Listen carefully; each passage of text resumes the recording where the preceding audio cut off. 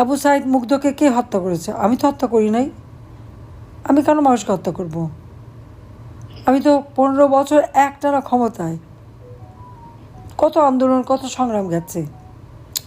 আমি তো কারোর উপরে কখনো জুলুম করিনি। কিন্তু আজকে কি শিক্ষকরা, প্রাইমারি শিক্ষক আন্দোলন করলো, তার উপর গরম পানি মারলো, কোলের বাচ্চা, ছোট বাচ্চা সহ। মাদ্রাসার শিক্ষকরা আন্দোলন করলো, তা গুলি করে 2টা লাশ গুমি করে দিল। শ্রমিকরা বেতনের জন্য আন্দোলন করছে, গুলি করে হত্যা করলো। ছাত্ররা আন্দোলন করলো, গুলি করে হত্যা করলো। গার্মেন্টস শ্রমিকরা আন্দোলন করছে, সেখানেও গুলি করে হত্যা করেছে। আবার পুলিশকে বলে দিয়েছে কারো হাতে কিছু দেখলে সাথে সাথে গুলি করবে। তার হুকুমে আজকে সেই গুলি, মানুষের জীবনের কোনো নিরাপত্তা নাই, না ঘরে নিরাপদ, না বাইরে নিরাপদ। যে কোনো বাড়িতে, যে কোনো জায়গায় তার এই জঙ্গি বাহিনীরা ঢুকে পড়তে পারে, লুটপাট করতে পারে, খুন করতে পারে। আর নারী, বালিকা, শিশু ধর্ষণ, এটা তো প্রতিনিয়ত চলছে। বিচার চাবে কোথায়? নিরাপত্তা চাইবে কোথায়? কারো কাছে নিরাপত্তা চাওয়ার কোনো সুযোগ নাই। কেউ নিরাপত্তা চাইতে পারবে না, কেউ বিচার চাইতে পারবে না। বিচার চাবে কার কাছে? চিফ জাস্টিসের বাড়ি যদি ইউনূসের সন্ত্রাস বাহিনী আক্রমণ করে, তাকে পদত্যাগে বাধ্য করায়, তারপরে পুরো বিচার বিভাগ দলীয়করণ, নির্বাচন কমিশন, মানবাধিকার কমিশন, পাবলিক সার্ভিস কমিশন, সব জায়গায় তার ওই জঙ্গি পেটোয়া বাহিনী যে হামলা করে করে সবাইকে পদত্যাগ। শিক্ষকদের, ছাত্রদের কীরকম বেয়াদব করেছে যে ছাত্ররা শিক্ষকদের গায়ে হাত তুলে তাদেরকে জোর করে পদত্যাগ করায়। সংখ্যালঘু সম্প্রদায়ের উপর অকথ্য অত্যাচার, নির্যাতন। হিন্দু, বৌদ্ধ, খ্রিস্টান, এমনকি সুফিবাদী যারা বা আমাদের অন্য সম্প্রদায়, মাজার ভাঙা, মন্দির পোড়ানো, গির্জা ভাঙা, প্যাগোডা পোড়ায় দেওয়া, এই তো কাজ বাংলাদেশে এটাই চলছে। বাংলাদেশে একটি মানুষের জীবনের কোনো নিরাপত্তা আছে? কোনো নিরাপত্তা নাই।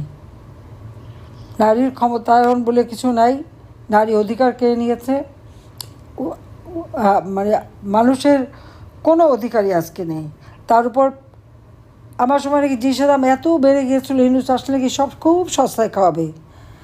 এমন সস্তায় খাওয়াচ্ছে, আপনারা নিজেরাই এখন যান দেখেন বাংলাদেশের সব জিনিসের অবস্থা কী। সেই মোটা চাল তাও 50-60 টাকা, 55 থেকে 60 টাকা। আর মধ্যবিত্ত যারা খেত মিনিকেট, সেটাও 77 থেকে 80 টাকা। আর নাজির শাইল বা কাটারি ভোগ তো এখন প্রায় 100 টাকার কাছাকাছি। সেই সাথে সাথে পেঁয়াজ আমদানি করে, কোন কোন দেশ থেকে নাকি পেঁয়াজ আমদানি করেছে, সেই আমদানিকৃত পেঁয়াজ এখন 170 থেকে 200 টাকায় বিক্রি হয়। আর আমাদের দেশিটা 70-75 টাকা, 80 টাকা, 85 টাকা। ডাল ভাত খাবেন, সে তারও উপায় নাই। মসুরির ডালি 130 থেকে 160 টাকা। মাসকলাই ডাল পর্যন্ত 160 থেকে 275 টাকা। ডিম প্রতি হালি 130 টাকায় পাওয়া যায়। 100 টাকার নিচে কোনো সবজি নাই। বেগুনের দামও 120 টাকা। 25% পর্যন্ত জিনিসের দাম বৃদ্ধি করেছে। ইউনূস নাকি খুব সস্তা খাওয়াবে, শেখ হাসিনা নাকি জিনিসের দাম বাড়িয়েছিল। এখন কি খাচ্ছে মানুষ? তখন তো ওই কথায় গাল ভরে বলে বেড়াতো। 1 কোটি পরিবারের জন্য টিসিবি কার্ড করে দিয়েছিলাম। 30 টাকায় চাল এবং স্বল্প দামে তেল, মানে ডাল যাতে নিতে পারে, চিনি, সে ব্যবস্থা করেছি। সেখান থেকে 43 লক্ষ লোকরে বাদ দিয়েছে। কেন? তারা নাকি আওয়ামী লীগ করে। আরে 43 লক্ষ যদি বাদ দেওয়াও, তা আমি যদি 43 লক্ষ আওয়ামী লীগ করে, তা 57 লক্ষ তো আমি অন্য দলকে দিলাম। তা আমরা দলীয়করণটা কোথায় করলাম? মানুষকে মানুষ হিসেবে দেখেছি। বয়স্ক ভাতা, বিধবা ভাতা, প্রতিবন্ধী ভাতা, দুস্থ মুক্তিযোদ্ধাদের ভাতা দিয়েছি। সেখানে তো দল দেখি নাই। যারা গরিব, যাদের প্রয়োজন, তাদেরকেই দিয়েছি। কিন্তু এখন তো সেটা না। আওয়ামী লীগ নিষিদ্ধ, আওয়ামী লীগের নাম নেওয়া যাবে না, সাথে সাথে কুপিয়ে হত্যা করবে বা মারবে। আজকে সংবাদপত্র বা সাংবাদিকতার কোনো স্বাধীনতা নাই। মিডিয়া এখন সম্পূর্ণভাবে দখল। নিউজ সেন্টার থেকে কন্টেন্ট তৈরি করে যা দেবে তাই বলতে হবে, যা বলতে বলবে তাই বলতে হবে, তার বাইরে কিছু বলতে পারবে না।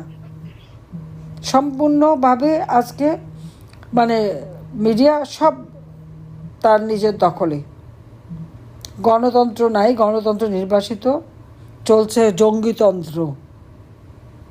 মানবাধিকার প্রতি পদে পদে লঙ্ঘিত হচ্ছে, মানুষের কোনো অধিকারই নাই, দেশের মানুষের জীবন নিরাপত্তাহীনতায় ভুগছে, বিচার চাওয়ার অধিকার নাই, সাংবাদিকতার স্বাধীনতা নাই। কাজে এই অবস্থায় একটা দেশ তো চলতে পারে না।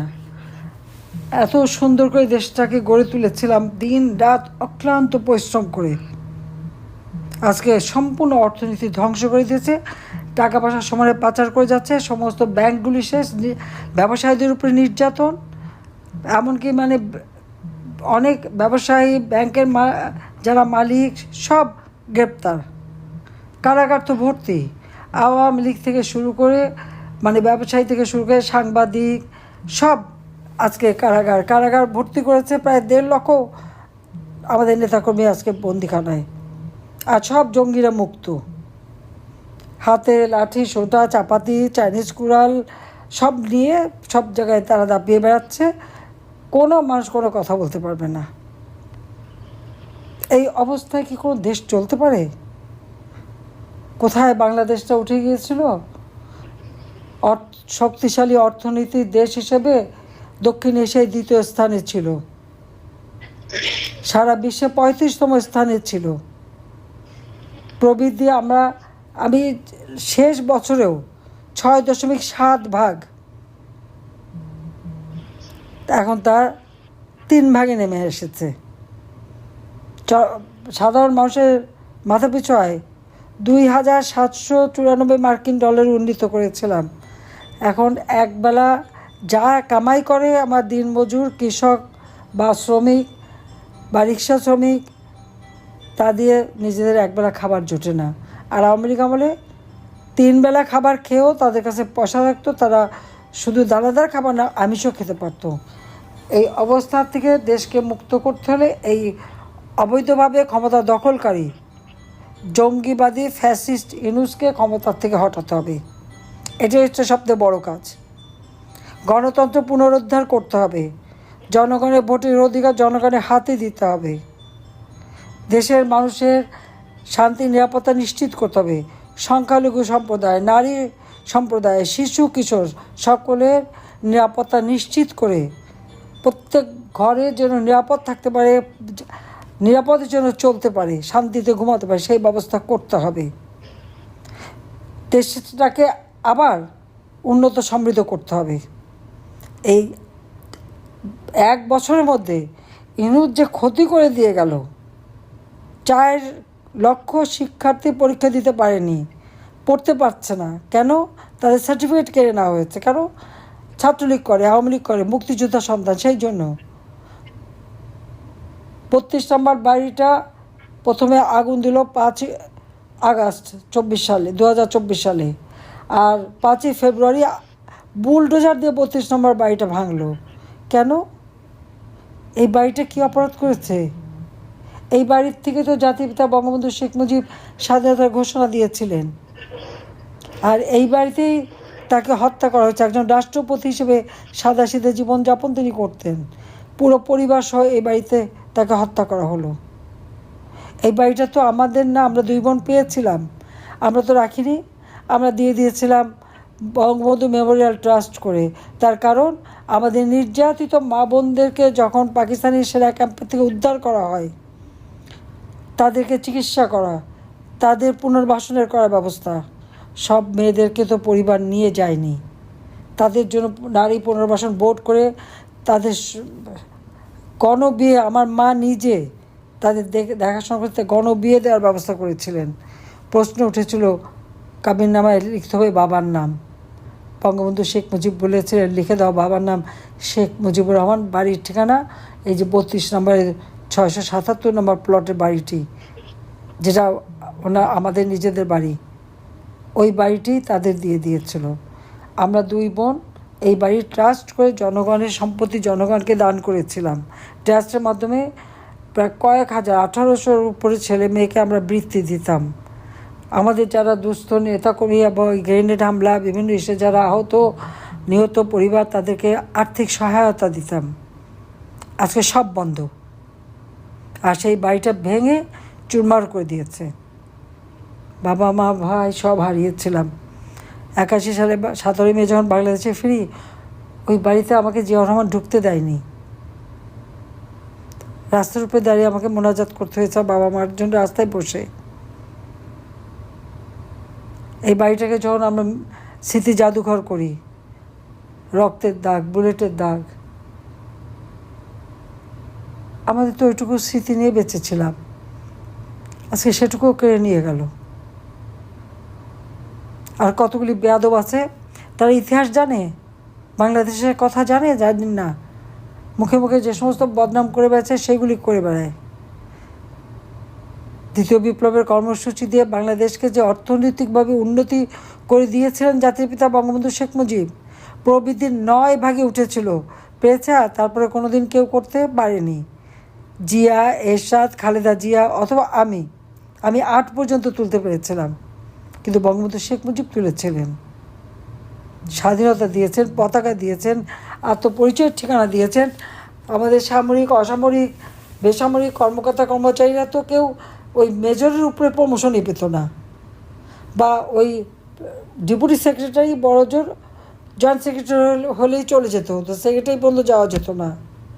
দেশটা বঙ্গবন্ধু শেখ মুজিব স্বাধীন করেছিলেন বলেই আজকে মেজর জেনারেল, লেফটেন্যান্ট জেনারেল হওয়ার সুযোগ পাচ্ছেন, জেনারেল হওয়ার সুযোগ পাচ্ছে, সচিব হওয়ার সুযোগ পাচ্ছে, সিনিয়র সচিব হওয়ার সুযোগ পাচ্ছে, ক্যাবিনেট সচিব, প্রিন্সিপাল সচিব হওয়ার সুযোগ পাচ্ছে। আর ইউনূস কী করছে? আজকে সকলকে অপমান করছে, সকলের বিরুদ্ধে মামলা দিচ্ছে। মামলাবাজ, খুনি, এর হাত থেকে দেশকে রক্ষা করার জন্য সকলকে ঐক্যবদ্ধ হতে হবে। প্রবাসী আছেন, আমাদের দেশের অর্থনীতিতে প্রবাসীদের অবদান রয়েছে, আমাদের সকল আন্দোলন সংগ্রামে প্রবাসীদের অবদান রয়েছে। এখন আপনাদের কাজ হচ্ছে প্রত্যেকে যা নিজ এলাকা, আত্মীয় পরিবার প্রয়োজন এলাকায় আপনাদের তথ্য দিতে হবে, সংবাদ দিতে হবে, যেন এই ফ্যাসিস্ট, খুনি, জঙ্গি ইউনূসের হাত থেকে দেশকে রক্ষা করার জন্য যে যেখানে আছে, যা কিছু আছে তাই নিয়ে কাজ করতে হবে, জনমত তৈরি করতে হবে। যে দেশে থাকেন সেই দেশের যারা নেতা, রাজনৈতিক নেতা বা নির্বাচিত প্রতিনিধি, তাদের কাছে দেশের বর্তমান ইউনূসের এই অপকর্মগুলি তুলে ধরে যেন এর হাত থেকে দেশটা রক্ষা পায়, আবার যেন আমরা গণতন্ত্র পুনরুদ্ধার করে আর্থসামাজিক উন্নতি করতে পারি। তার জন্য আমাদের সকলকে এক হয়ে কাজ করবার জন্য আমি আহ্বান জানাচ্ছি।